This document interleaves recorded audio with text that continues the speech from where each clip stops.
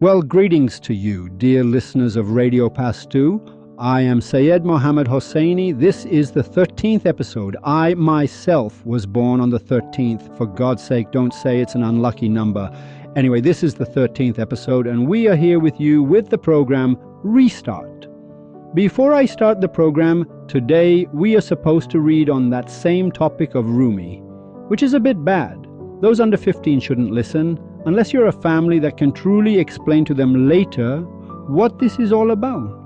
But if those under 15 are listening, they should not listen to this program. Let me tell you, before this, we want to set aside a day for the questions you have about Restart, so I can answer them by phone if we can. 844-901-1203. You can call, and let me tell you, if you have a question, I'll record it and the guys will play it. If I'm there myself, I'll answer it about Restart, of course. But so far we have received about, say, 30 or 40 messages from Christians, dear honorable ones, and from Zoroastrians, 7 or 8 messages have come. From Jews, only 2 messages have come.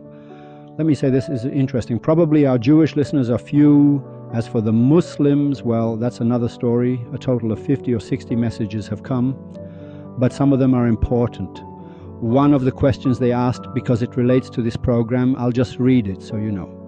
A gentleman had sent a message saying, in your last program you said that Attar said that the prophets, he goes on to talk about the spiritual seeker and says, Muhammad showed me 5 ways to do such and such within myself. With that foundation, where does the Jewish religion come from? Jesus has an explanation for this. And the conclusion of his words is, do you place the rank of Muhammad higher than Christ and Moses? Attar wasn't talking about rank at all.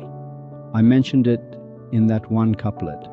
I said that Muhammad said in the previous program that the seeker was told by the seeker that Noah, Abraham, Moses and Jesus told you to get it through your thick skull, but you didn't understand. Now I'm going to beat it into your donkey skull. The paths are all in this space. But if you think I can do something for you on a certain topic, I can't. I will explain the reason for this in future Restart programs. Then let me tell you, he gives some explanations. 90% you say you are a Muslim and you talk about Jesus and these things. Yes, my good boy. First of all, there's a point. You Christian, as long as you say I am a Christian, I have no problem. But if you say I have come to believe in Christianity, you come into question. From the perspective of Restart, you completely come into question, and the question itself is shaken. When we say you are a Christian, it's not a problem. I am a Muslim, no problem. I am a Jew, no problem. I am a believer. A believer is someone who has definitely seen the perfect man and goes and, in a way, pledges allegiance to him. All those who, during the time of Jesus, saw Jesus up close, spoke with him, are believers. Now, if you go to church and you're a Christian who really sees Jesus there, or you see Jesus, meaning you can now ask him, Sir, Hosseini's 12th program has aired, the 13th has aired. I have a question. What should I do? He has to give you an answer. If you see him, then you don't belong in this program at all. If you don't see Jesus, well, what's the problem? I want to help the Christian to at least see Jesus. We are saying, sir, if you haven't seen Jesus, don't be a Christian. You are a Christian. You are not a believer in Christianity. You don't have faith in Christ. Faith in Christ means seeing Christ. It's the same for a Jew. It's no different for a Zoroastrian. Do you see that which you have faith in? Do you see it? You close your eyes and have faith. You can't have faith. You are just a Christian, and that's very good. The job of priest is to teach religious law, to explain, and that's very good. Mullahs are the same. No problem. It's very good. Anytime he tells you that by coming to church you become a person of faith, you are in question. Because faith means you must see. We, this program, are doing this. Whatever you believe in, you should see. It's the same for Muslims. We have a verse in the Quran, Muslim listener. It's a verse. It's a Quranic verse. It's a Quranic verse. Now, In the chapter of Al-Ahzab, it's explained in detail. Let's put that aside. It's a Quranic verse. It says, O Muhammad, say, O Muhammad, a group of people came and said, O Muhammad, we have brought faith in you. He says, say, O Muhammad, you have not brought faith. You have brought Islam, meaning you are a Muslim. The rank of faith comes after the rank of submission. Meaning first you see the girl, then you submit to the marriage contract, then you gain faith that this girl is good. Its duty is completely clear. This is what our discussion is about. Some of it is up and down, but in terms of mystical rank, these are a whole other topic. It has nothing to do with the system of our program. And that view that thingy had, I explained it to you, so we know that a believer is someone who must have seen Jesus. If you don't see, you're in question. And restart is the only way. Just understanding restart is the only way for humanity's salvation. It has nothing to do with religions. Religion at all. Then someone had asked, do we also have a more perfect man? Number A. Perfect man is a perfect man. Why? Because I explained, mysticism is not evolutionary at all.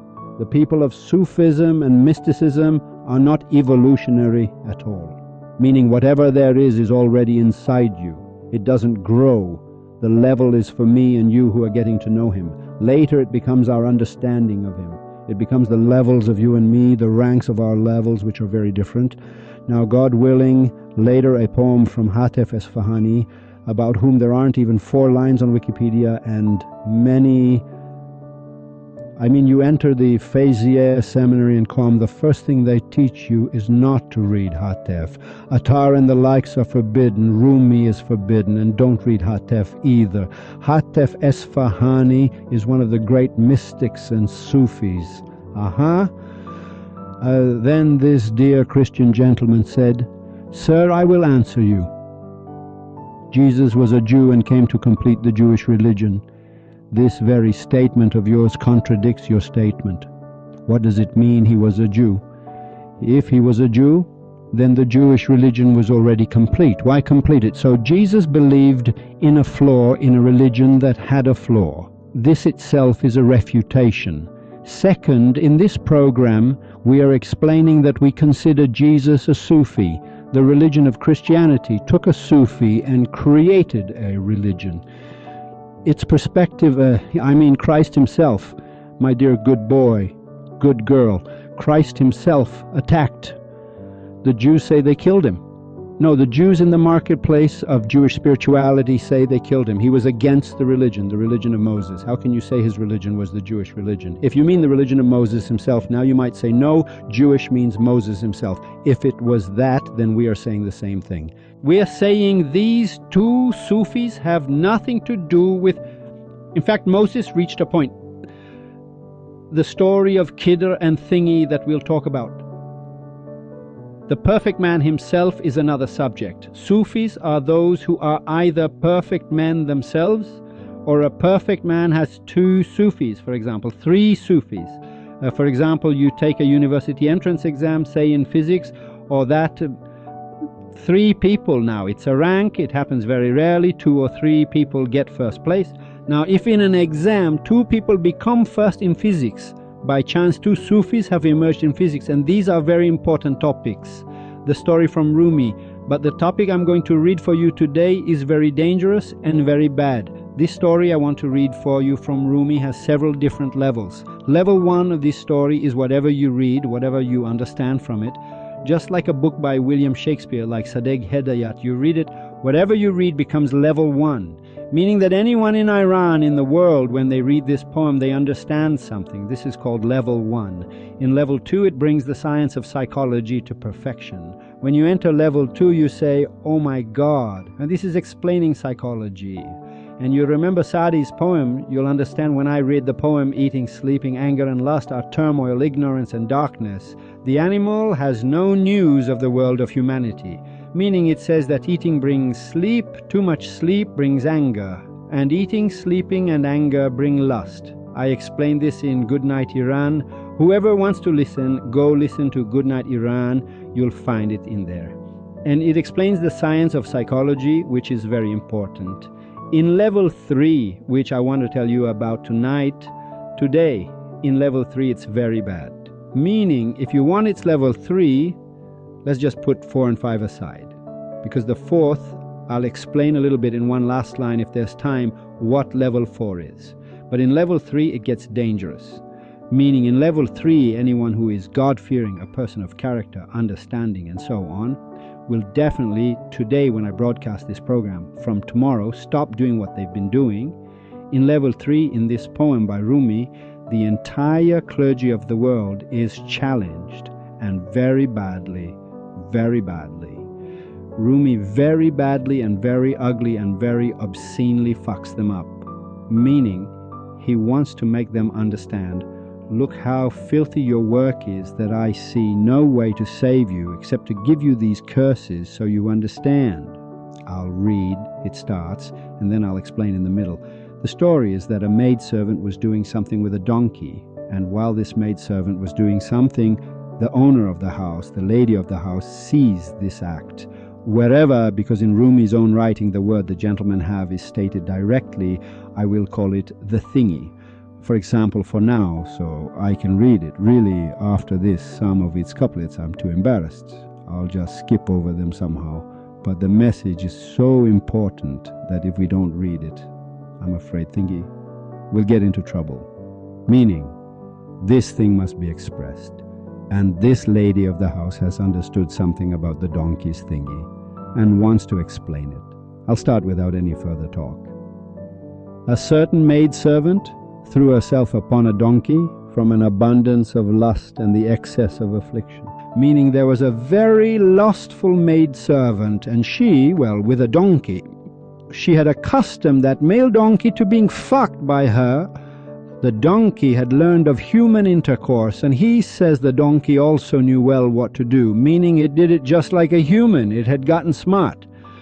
This maid had done this with him so much that whenever the donkey saw a person, it thought, for example, that it was his lady. That's how it thought about it. There was a gourd for the trick-devising one. She would put it on his cock for the sake of size. That crone would put the gourd on his phallus, so that half the phallus would go in during the thrusting. Now, because these the old Persian words, now those who are literary scholars, when I read these, they say, oh, don't read it. But you who understand, don't think everyone understands. They don't understand this suppose and stuff. He says this maid did an interesting thing, and that was that she had put on Mr. Donkey's thingy and had calculated the size of this thingy. Pay attention. The subject is much more profound than this. This is the first layer that you feel ashamed to listen to. The second layer completely calls into question all the bastards in the world. The third layer completely shatters the structure. Pay attention. And she had measured this goad in such a way that when this maid was doing something with this donkey, she had set a measure, you see, so that half the phallus would go in. It's very clear, so that a little of this event happens, not the whole thing. Here he has mentioned the name clearly, which I have now changed to thingy. If all the donkey's thingy were to go into that womb, those intestines would be ruined. He says if this whole event were to happen, these intestines, and she would die, the intestines would pop out of her eyes. Now see where he takes the story. You want Rumi's interpretation, you have to listen, buddy. Yeah, this subject is a very deep subject. The donkey became thin, and his mistress remained helpless. Well, why has this donkey become like a hare? Now, he says this maid who was doing these things with this donkey, the lady of the house looked and saw the donkey had gotten thin and was wondering why this donkey, he is getting thinner and thinner. Day by day he's getting thinner. She showed the donkey to the farriers. What is it? What is its ailment, the result of which is thinness? Those farriers, meaning she told that owner of the farriery, meaning the owner of the stable, the owner of the business, the owner of the donkey, sir, would you please come? Why is our donkey getting thinner and thinner all of a sudden? No cause appeared in him. No one became aware of his secret. He says no matter how much they searched, They couldn't figure out what it was, what the subject was, what this donkey was. The poor donkey was doing this every day. 3-4 times it was getting thin. The poor thing was dying. She fell into investigation with seriousness.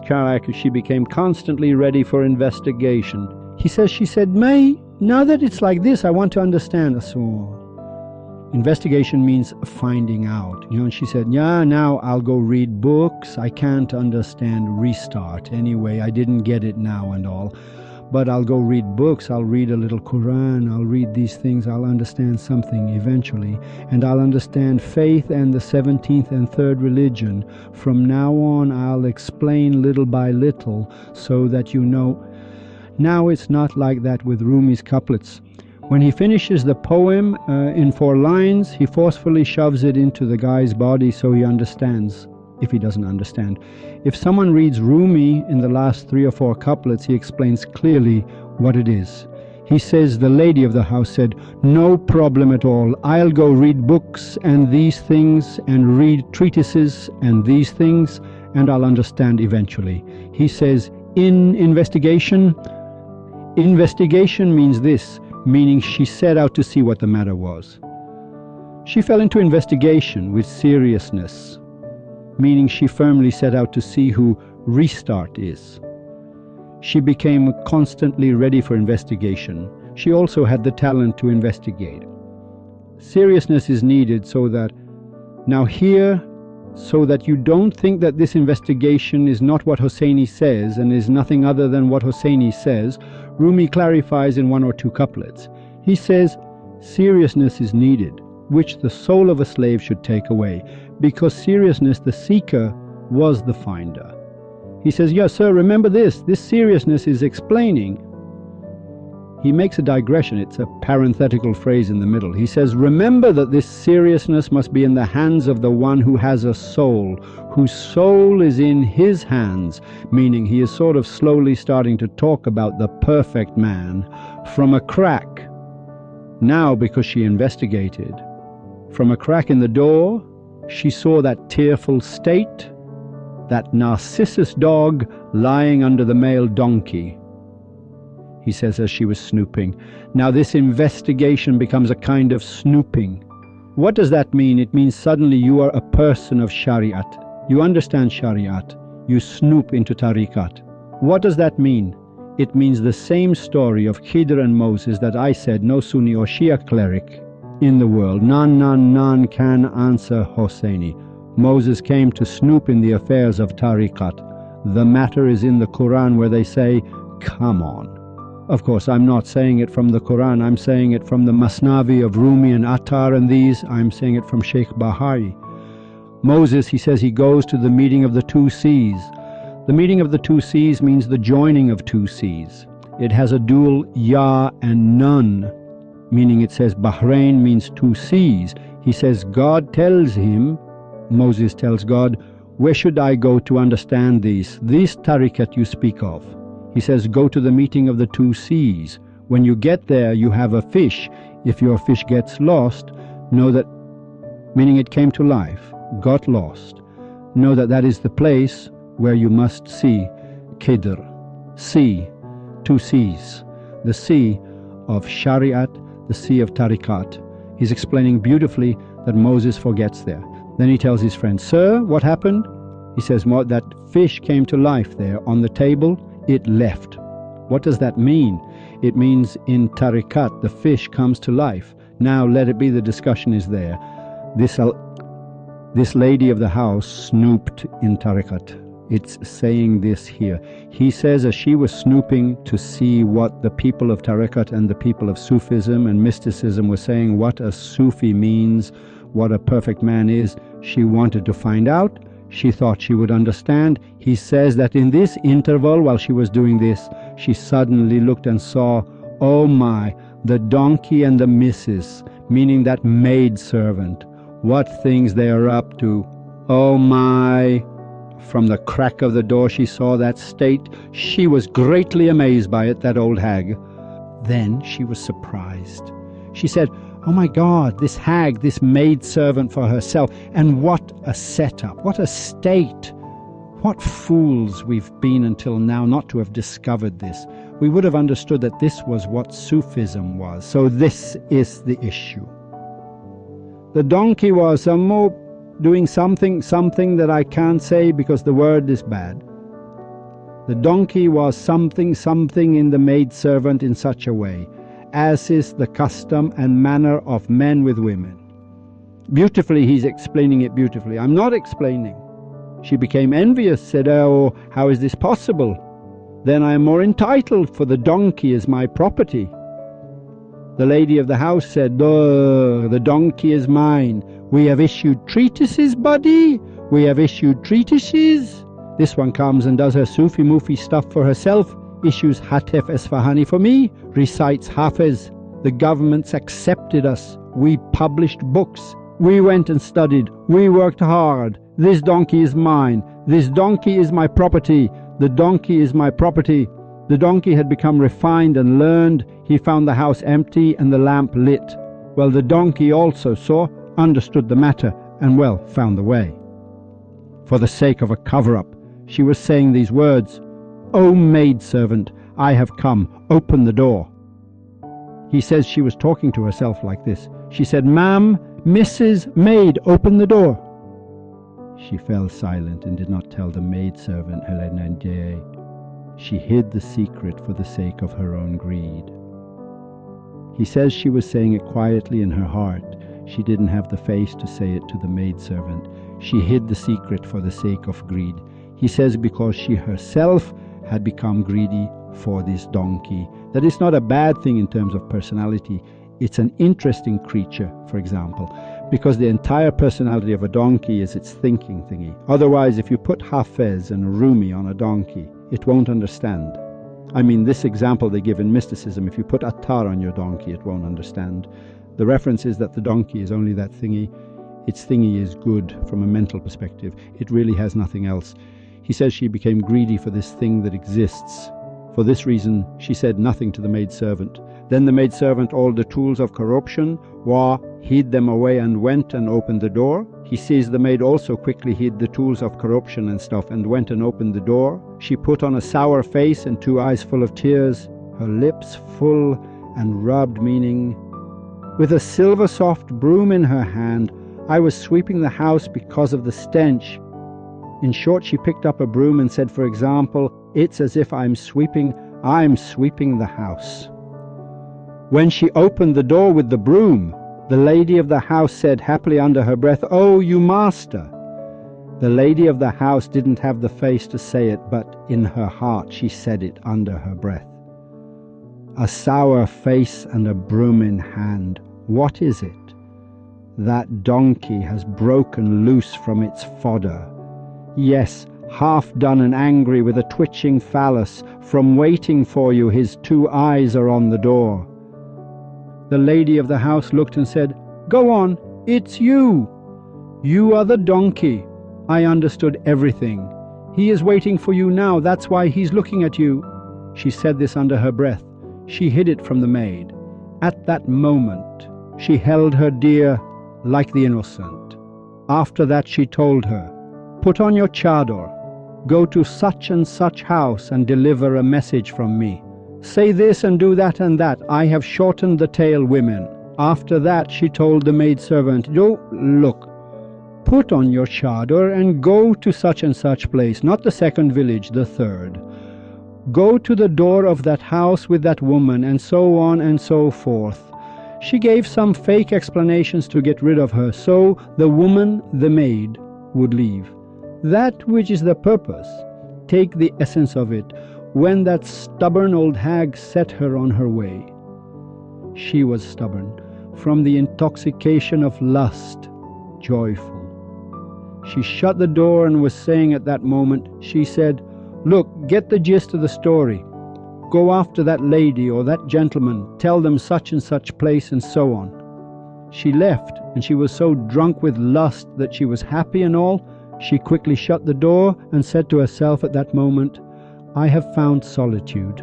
I will shout with thanks. I am freed from the 4/6 and the 2/6 of the world." The lady said, "Thank God she's gone, and how good this is. I must thank God I understood well. From joy, the woman became like 1,000 prancing goats. Well, this too, no, I have to read it now because it's literary, but it's not important. He says that, for example, lust, restless in the fire of the donkey's lust. Well, that's what he means, meaning she was so in love with the donkey that she didn't know what to do anymore. Now, Rumi here slowly opens up the subject, meaning he goes into a parenthetical phrase, 4 lines, 5 lines, to explain so that you don't suddenly think this is a porno movie. I swear to God, someone on level 1 says it's a porno movie, they don't watch it. Some people, when they read the beginning, say, don't read the rest of it. Man, let it go. It's better not to listen. To make it understood, he opens up the subject a bit. The inclination of lust makes the heart deaf and blind, so that it makes a donkey seem like Joseph, fire seem like light. He says when lust increases, it really doesn't matter anymore if this is a donkey or the prophet Joseph. That Joseph is a symbol of beauty and attractiveness and physique and everything. Arnold's bodybuilding, and suppose, for example, he's made his face beautiful. For example, a physique between Sylvester Stallone and Arnold. Suppose a handsome man like, I don't know, what's his name? Mix Elvis Presley with Alain Delon. Something comes out, that's Joseph. He says when lust increases, it makes the heart blind and deaf. And the one who is lustful doesn't understand the difference between a donkey and the prophet Joseph. Why? Because the thingy is important to them.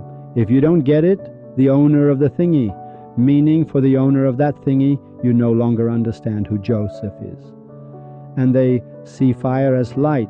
How he interprets in one line, see how he interprets. He says, so that it makes a donkey seem like Joseph, fire like light. Na means fire, nor means light.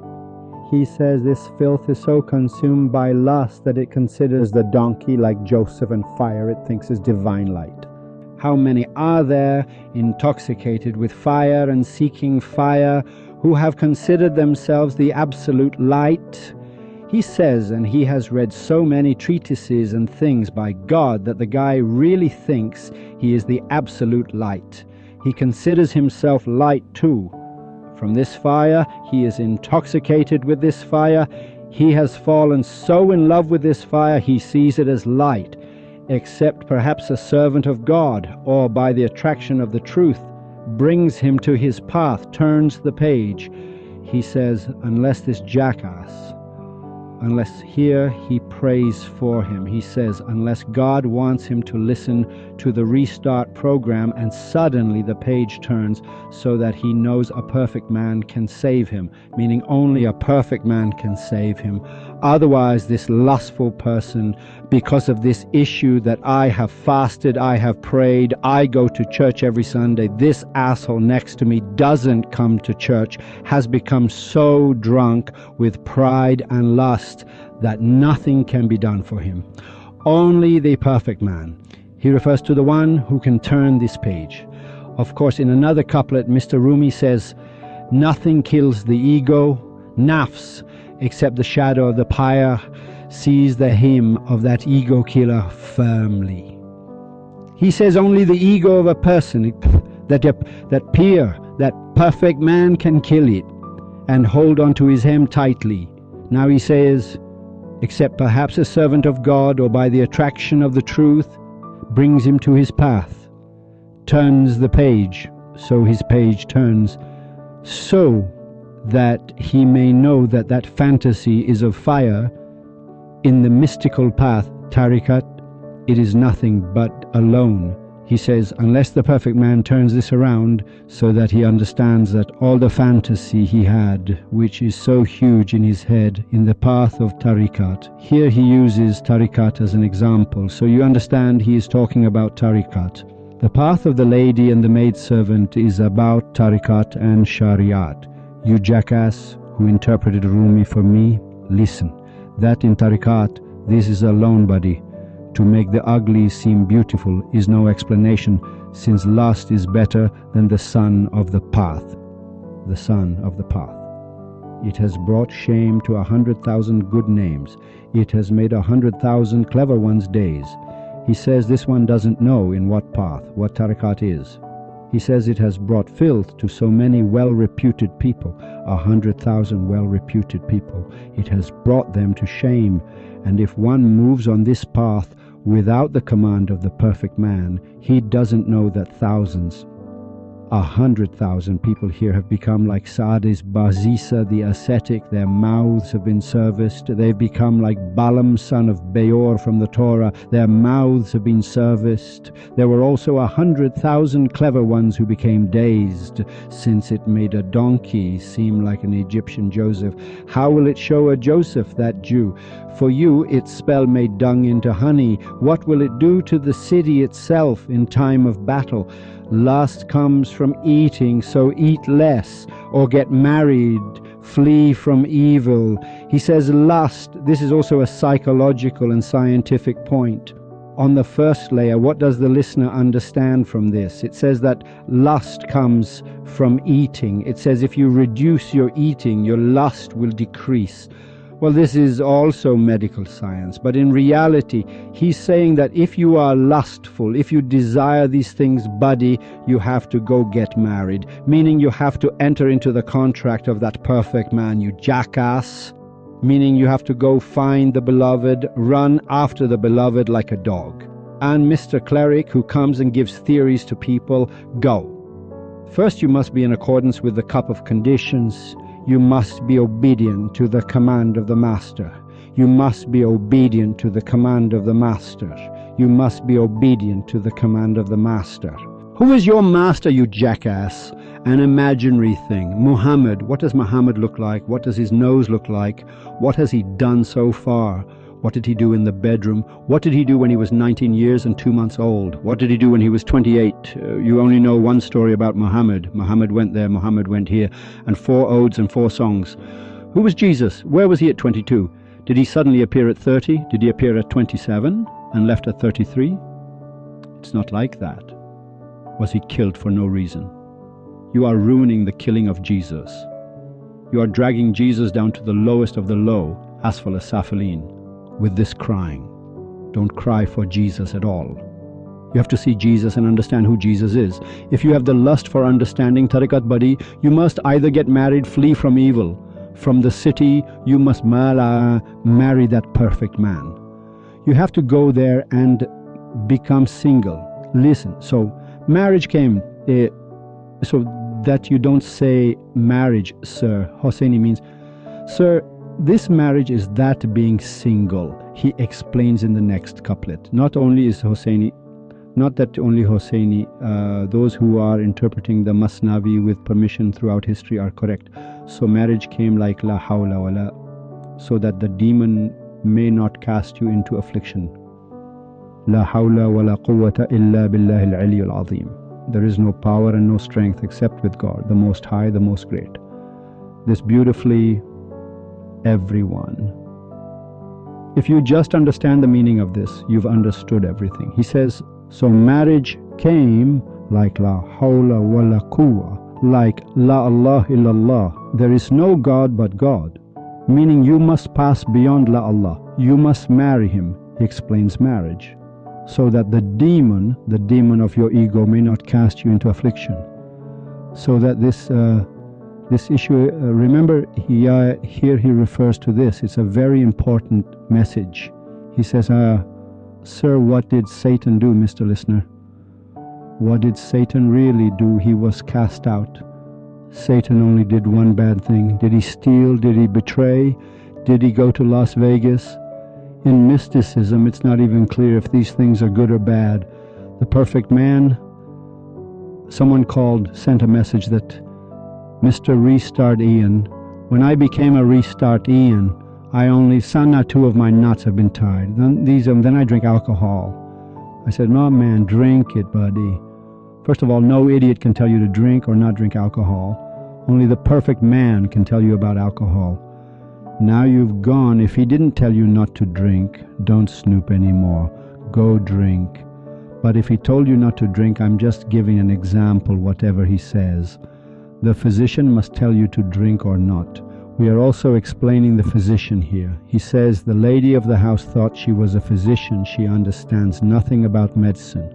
Since you are greedy for food, find a wife quickly. Otherwise, the cat will come and snatch the fat tail. If you think you want to understand a lot, find a wife quickly, meaning go get married quickly. Otherwise, the cat will come and snatch the fat tail, meaning the cat will come and take it. A stone load on a donkey that is jumping, place it quickly before he places it down. He says, look, this donkey that is kicking, this load you've put on it, if it's glass and so on, quickly put it down yourself. Don't wait for the donkey to throw it down, meaning to put it on the ground. You don't know the effect of fire, its opposite, cold? Do not wander around fire with such knowledge. You don't know the effect of fire, its opposite, cold. Bad means cold, and he says when you don't understand fire and cold, do not wander around fire with such knowledge. Now he opens up the issue. He says, hey, jackass who hasn't seen anything, you quickly sent the maid away. Knowledge. Don't seek knowledge like this around this fire. Don't enter Tariqat. If you don't have the science of the pot and the fire, from the sparks neither the pot nor your cloak will remain. He says if you don't understand the issue of the pot and the fire, nothing will remain in it, buddy.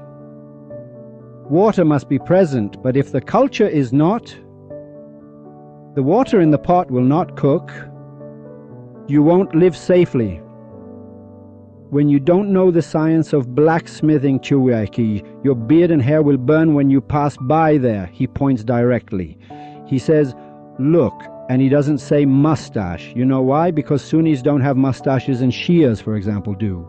Now one is short and trimmed and so on. He uses the word beard, which both Sunnis and Shias believe should be long.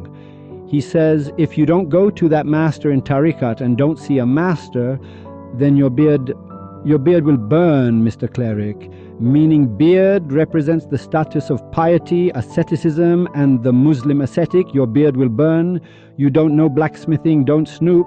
When you don't know the science of blacksmithing, your beard and hair will burn when you pass by there.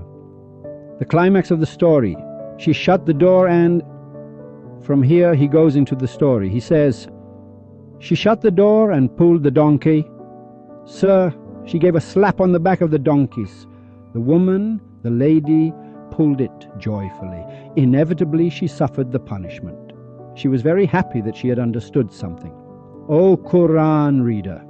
The mystics kept telling him, Sir, don't read the Quran without permission. It makes you arrogant. Satan was cast out of paradise because of his pride. He had no sin other than pride. Sadi says, the boy woke up from sleep, said, Father, we got up at 4 a.m. to pray. Look at these fools, they are asleep. Saadi says he told his son, you sleep too because you are a bigger fool than them, because this pride that has overcome you will crush you. She brought it into the middle of the house, dragging it. She lay down under that male donkey stallion. Upon the very same stool she had seen the maid use, so that she too might achieve her lustful aim. You heard it. They say, motherfucker, he refers to the stool. It's divine in the poem, the screenplay. Stool means the position they give you. Ayatollahship, any position they give someone in the clergy, they give them a stool. He says, did you see this maid's stool? It shows that the maid has a stool, meaning the maid has a concept of rank. He says that stool, the stool of maids. Now here it refers to, in level 1, in level 3, stool means the rank of asceticism. In level 1, it's just a 4-legged stool. He says upon that very stool, she saw the stool too. She said, thank God, and now so-and-so. Then she curses herself. He says, she lifted her legs and the donkey thrust into her. A fire from, now here, the donkey's thingy ignited in her. He says the donkey came and what shouldn't have happened, happened. The donkey. Here he observes very beautifully, meaning in the middle of all this talk he has cursed their mother and father. Then look how he messes up the adjective and noun and possessive case. Look, He says, the well-behaved donkey, meaning the donkey really had no intention. He's saying, sir, the well-behaved donkey, meaning intelligent, well-behaved. In the middle of curses, he brings in politeness. The well-behaved donkey pressed into the lady of the house until such and such place, which I can't say, it's very bad. Until such and such place. At that moment the lady died. He says, as far as it was able, the well-behaved donkey did this with this person who was looking for a treatise, issuing treatises. He says it did this to the end from a mental perspective, it's thinking, and the lady died. She was torn by the wound of such and such, that so and so. The intestines got tangled with each other. The intestines and stomach and entrails and everything got messed up. She didn't utter a sound. At that moment the woman gave up her soul. The stool fell on one side, the woman on another. So you understand how important it is. Stool means rank. He says at that very moment the woman gave up her soul. The stool on one side, the woman on another, meaning the rank and stool and asceticism went one way, she herself went another. The courtyard of the house became full of blood. The woman overturned her husband. She lost her life, nothing. A bad death with 100 disgraces. Oh my God. If Rumi came now, I swear to God, he'd give you a big kiss. Let me say we're gay too. The rest of us, you should just kiss this only, nothing else. A bad death with 100 disgraces. He says the death that this person who thinks they know, who wants to understand Tariqat within Shari'at, to understand Sufism, a bad death with 100 disgraces, meaning like scum, the bottom of filth, a bad death with 100 disgraces. Oh Father, have you ever seen a martyr from a donkey's dick? He's saying the guy is a martyr of the donkey's dick. Then he says he's a martyr in the path of God. This one says the woman died, but she was a martyr of the donkey's dick. She thought she was understanding something until now. This martyr of the thingy. So is a very important sentence. We should really put this couplet up above all government offices. We really should. He says, hey, have you ever seen a martyr like this, buddy? Know that in the torment of so-and-so, this fearless ego is a male donkey. Now he says, now he explains, he says, my dear, listen. Now know that this ego is a male donkey. Do not sacrifice your soul in such a disgrace. This is a disgrace. It will take your soul. If you die in the path of the ego, in selfhood, again, this word mani means your meaning. It has several meanings. See in the first layer how many other meanings. If you want to see, it gives one meaning, a profound one. Self. If you die in the path of the ego in selfhood, know in truth that you are like that woman. If you die in self-centeredness, you're not a martyr in the path of God. He gave our ego the form of a donkey because he creates forms according to disposition. This was the manifestation of the secret on the day of resurrection. For God's sake, flee from the body which is like a donkey. He also uses Allah as an example of halaj. He says, what did that halaj see from Allah? What did this one see? Allah now is like a movie that when Americans see it, they say, oh my God. This word God here comes from there. He says it existed back then too. Allah, God, Shaitan, he means it this way. God made the infidels fear the fire. The infidels said, the fire is preferable to shame. He said, no, that fire is the origin of shames, or like this fire that diminished this woman. He did not eat a mouthful of the right size out of greed, God. Now Rumi gets upset. Rumi cries. He says that this mouthful of hers, yes, I can't continue. There's a lot left. Another page and a half is left. It's 11:54. I'll go as far as I can until the last seconds. Yes. He did not eat a mouthful of the right size. He says, do you know what her problem was? Her problem was that when they say in Shari'at not to snoop in the affairs of Tariqat, if you don't understand, sir, don't interfere. The crown jewel of all religions, that everyone respects everyone. When I say all religions, is because, for example, Christians don't accept Muhammad, but Muhammad accepts Christ. From Muhammad onwards, the crown jewel is Mr. Moses, who in the story of Khidr and Moses, and Khidr is a relative of the esteemed Cyrus the Great, and whoever curses Cyrus should really be shoved in a toilet. Don't be offended, I'll say it directly so that later it's story, Dulkarnain, so that you know who Mr. Cyrus knew, what relationship. Cyrus wasn't just the guy thinks he was a king who just came and went, just popped up out of nowhere. I'm sorry. But here he says, eat a mouthful of the right size, O greedy man, even if the mouthful is halva and kabis. He says it's true that it's halva and these things, but eat the right size. God Almighty gave the scale a tongue. Lo, from the Quran read the surah of Ar-Rahman. Now that maid servant was walking and saying, Oh, you have set the master on the right path, O lady. You want to get the work done without a master? You will foolishly lose your life. He says if you do it without a master, without a peer, without a perfect man, without a great mystic, you become like this, buddy. Oh, you who have stolen from me an incomplete knowledge. Now here he beautifully takes it into the atmosphere of treatises and such. Pay attention. He takes it into the clergy. Oh, you who have stolen from me an incomplete knowledge, was it shameful for you to ask about the state of the trap? Were you afraid to ask? Well, ask. Don't be shy. Come watch Restart. Listen, ask, buddy. You'll understand later. Stop sticking your brain to this issue. You both wrapped it and saw it. Well, I can't read it. 3 or 4 minutes left. There's a lot more in this. Yeah.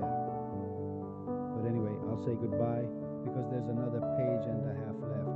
About, I think, 30, 60, 70, 30 more minutes are left, and it's a pity for the story not to be finished. Anyway, I told you that day too. Christian, Jew, and let me tell you, whatever religion you are, in the space of Shari'at, it is very good and it's actually great because it comes and explains to you what to do. And know that 1 or 2 of these, 3 or 4 of these few 100,000 priests are subordinates of that perfect man, or they know him. That's why in the middle of it all, they secretly guide people on the path they should be taken on. Next week I will answer this more completely. Anyway, we love everyone. Here we want to teach people to see Jesus and go and kiss his hand, not to imagine Jesus. This is the answer for you, dear listener, whom I love. Thank you very much. Share it, promote it. You're doing a good job. Do these things. I swear to God. Secretly send it on Telegram. Go on Facebook to your friend, just copy. It's just 1 copy. If you don't know how, ask your friends. Send it out quickly. 844-901-1203. If you have any questions, say them, they'll be recorded. For I think not this week, I want to start next week. If anyone has a question, it should be specified more clearly. Goodbye.